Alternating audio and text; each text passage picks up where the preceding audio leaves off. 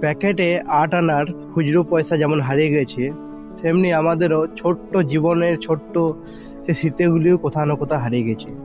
ছোট্টবেলায় খেলা করা, স্কুল যাওয়া, খাবার না খাওয়া, খেলতে যাওয়ার জন্য। এখনকার ছেলে মেয়ে তো ফোন না দেখলে খাবার খায় না, আর আমরা খাবার খেতাম না খেলতে যাব বলে। তো আমার বলার বিষয় এটা নয় যে হারিয়ে গেছে এখন আর নেই, বক্তব্য এটাই যে আপনি চাইলে আপনার এখনকার সময়টাকে এনজয় করতে পারবেন যদি আপনি উপভোগ করতে পারেন। উপভোগ করার সঠিক নিয়ম হচ্ছে যে কোনো জিনিসকে সে মুগ্ধভাবে তাকানো, মুগ্ধভাবে ভালোবাসা, তাহলে আপনি বুঝতে পারবেন যে পৃথিবীতে এখনো সব কিছু হারিয়ে যায়নি আপনার কাছ থেকে, কিছুই ছিনিয়ে নেওয়া হয়নি, সবই আছে, শুধু নেই আপনার অনুভূতি।